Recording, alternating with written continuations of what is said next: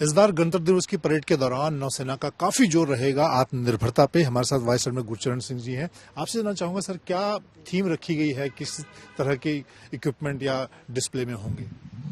जैसा कि आपने बताया, हमारी थीम इस साल की जो रिपब्लिक डे परेड का जो हमारा टैब्लो है, उसकी थीम इज सेंटर्ड ऑन आत्मनिर्भरता एंड नारी शक्ति।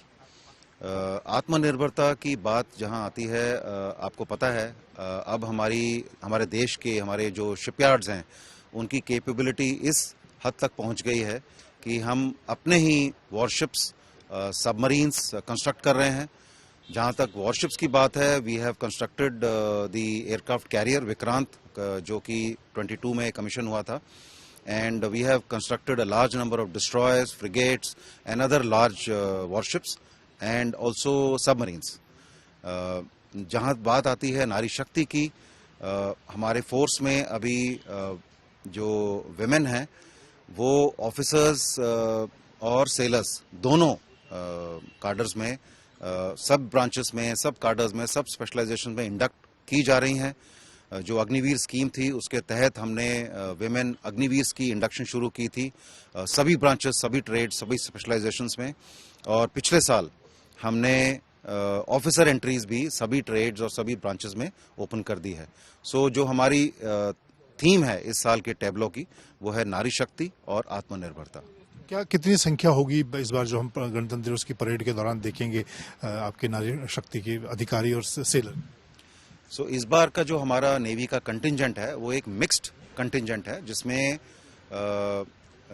Main and women will equally take part.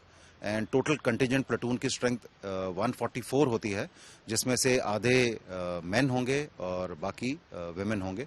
सो ये मिक्स्ड कंटिंजेंट हम प्रेजेंट कर रहे हैं इस बार। सर, हम देखिए जो इस वक्त जो हालात हैं सरहद पर, नौसेना की जो डिप्लॉयमेंट है खासतौर से गल्फ एडन और बाकी जगह, वो किस तरह से तैनाती है? पहली बात तो यह है कि कोई भी नौसेना और हमारी भारतीय नौसेना हमेशा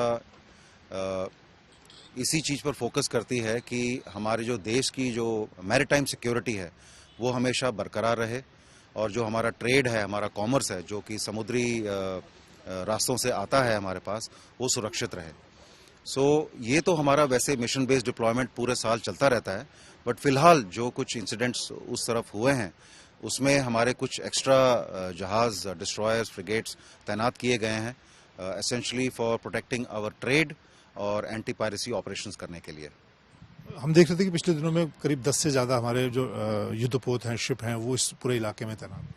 बिल्कुल, करीब 10-12 जहाज हैं, और अगर ज़रूरत पड़ेगी तो हम और भी भेजेंगे, ताकि जो भी हमारे जो ऑपरेशंस हैं वो सेफ हों और जो हम अपना मिशन हासिल करना चाहते हैं वो हमें हासिल हो। बहुत धन्यवाद।